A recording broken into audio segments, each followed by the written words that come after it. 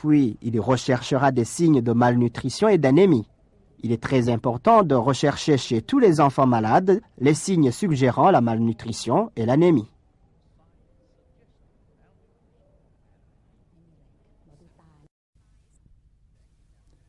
Ensuite, recherchez la pâleur palmaire.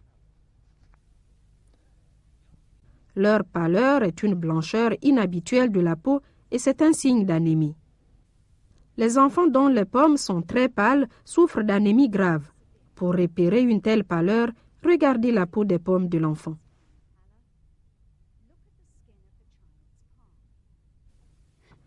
Tenez la pomme ouverte en la prenant doucement sur le côté. Ne pas étirer les doigts vers l'arrière, ce qui pourrait provoquer une pâleur en bloquant le passage du sang.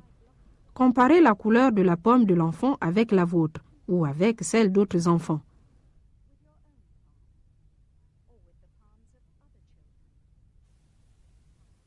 La pomme de cet enfant est très pâle.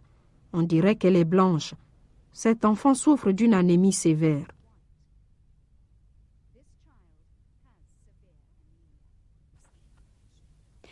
La pomme de cet enfant est pâle, mais elle n'est pas blanche. L'enfant présente une certaine pâleur. La pomme de cet enfant est normale. Elle est d'un rose sain. Cet enfant a une pâleur sévère. L'anémie se produit chez les enfants qui ne mangent pas assez d'aliments riches en fer ou qui ont le paludisme ou encore qui ont des ankylostomes ou des trichocéphales. L'anémie sévère peut entraîner la mort. Ensuite, recherchez des œdèmes au niveau des 2 pieds. Pour déterminer si un enfant a un œdème aux 2 pieds, l'agent de santé appuie doucement avec son pouce quelques secondes sur la partie supérieure du côté de chaque pied. S'il se forme un creux sur chaque pied, l'enfant a un œdème. Cet enfant n'a pas d'œdème.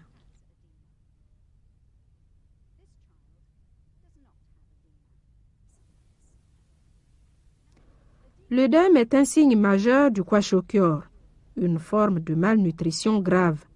Cet enfant a le kwashiorkor.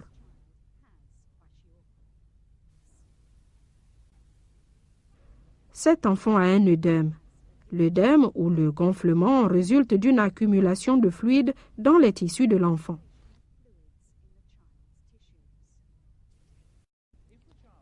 Si l'enfant n'a pas encore été pesé, et si son poids n'a pas été enregistré, il sera pesé par l'agent de santé. Le poids d'un enfant par rapport à son âge est un autre indicateur de la malnutrition.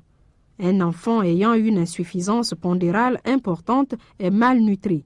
Il faut étudier son alimentation. Déterminez le poids de l'enfant pour son âge en utilisant une table de croissance. Jenny a 15 mois. Elle pèse 6 kilos et elle a 37 degrés de température.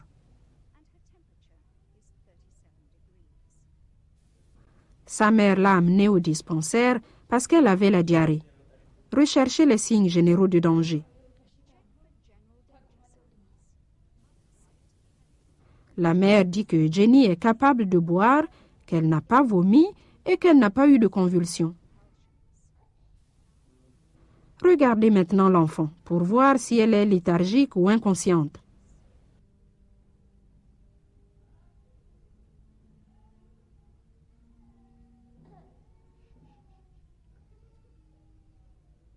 Écrivez votre réponse.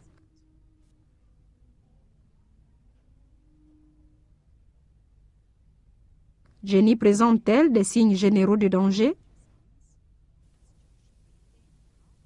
Recherchez maintenant chez Jenny le premier symptôme principal, la toux ou les difficultés respiratoires.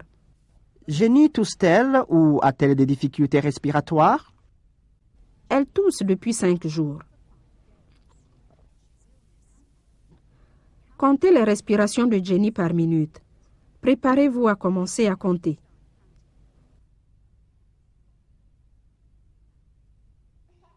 Commencez à compter. Maintenant.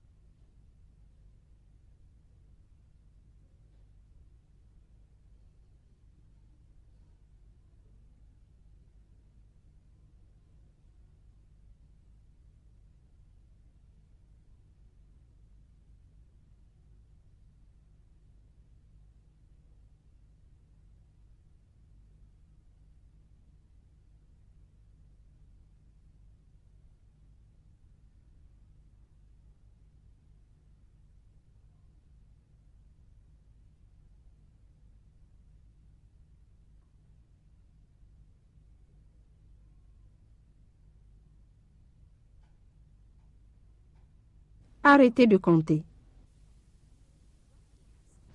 Écrivez le nombre de respirations que vous avez comptées et décidez si Jenny a une respiration rapide.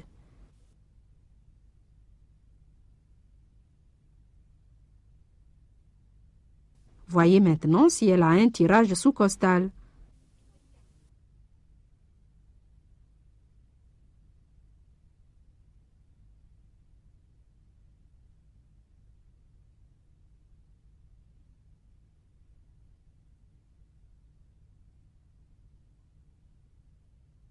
Écrivez maintenant si elle a un tirage sous-costal.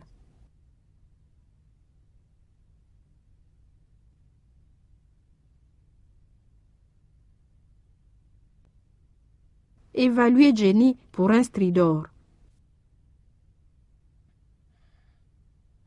Regardez et écoutez maintenant.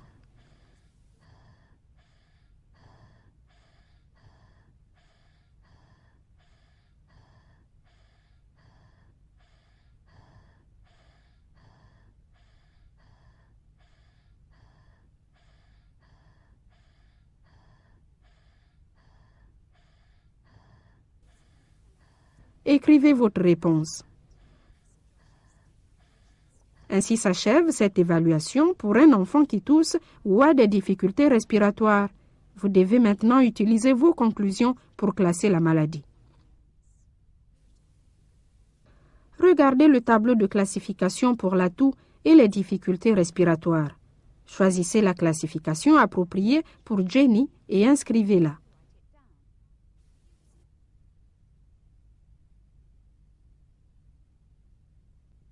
Ensuite, nous nous informons à propos du symptôme principal suivant la diarrhée. La mère de Jenny nous a déjà dit que celle-ci a eu la diarrhée. Nous demandons.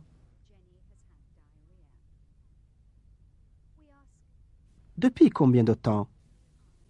La mère répond. 2 jours. Y a-t-il du sang dans les selles? Il n'y a pas de sang dans les selles. Écrivez maintenant votre évaluation des signes de déshydratation.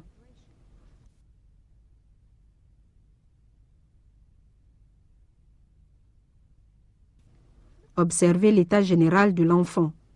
Vous avez déjà évalué Jenny pour le signe général du danger, léthargique ou inconscient. Déterminez maintenant si l'enfant est agité et irritable.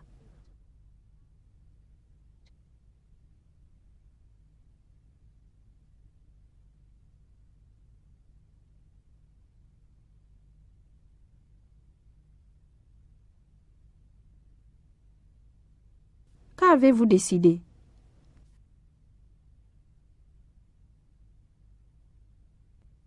Regardez si l'enfant a les yeux enfoncés. Écrivez ce que vous avez décidé.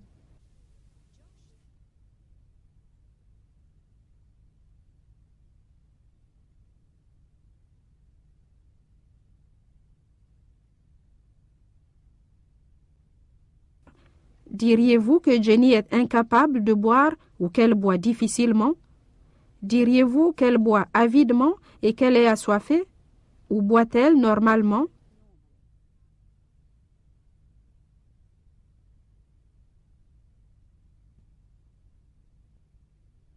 Écrivez ce que vous avez décidé.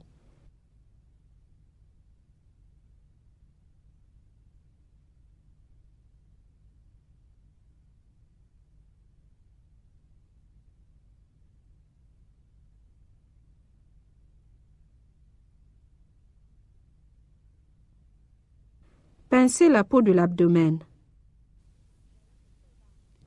Le pli cutané s'efface-t-il très lentement, en plus de 2 secondes, ou lentement, ou immédiatement? Écrivez votre décision.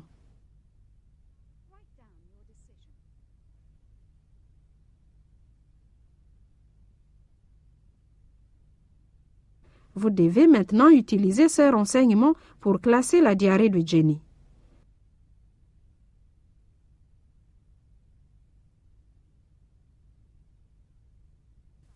Informez-vous à propos du symptôme principal suivant. L'enfant a-t-elle de la fièvre? Jenny n'a pas de fièvre. Demandez ensuite. A-t-elle un problème d'oreille? La mère dit que Jenny n'a pas de problème d'oreille. Vérifiez l'état nutritionnel et recherchez l'anémie.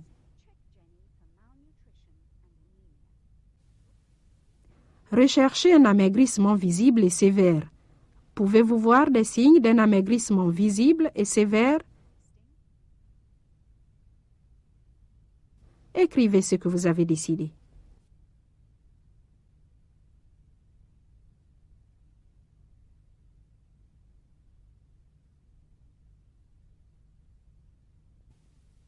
Évaluez maintenant la pâleur des pommes.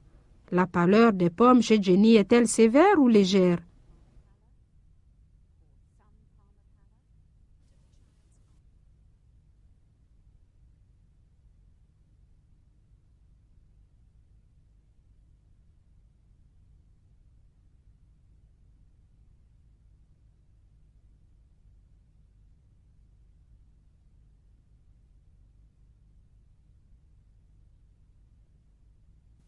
Voyez maintenant s'il y a un œdème au niveau des 2 pieds. Quelle est votre évaluation? Y a-t-il un œdème?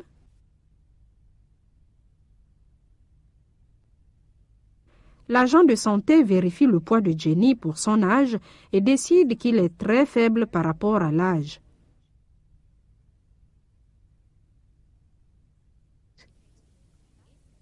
Ainsi s'achève cette évaluation de Jenny. Choisissez la classification appropriée pour Jenny et écrivez-la.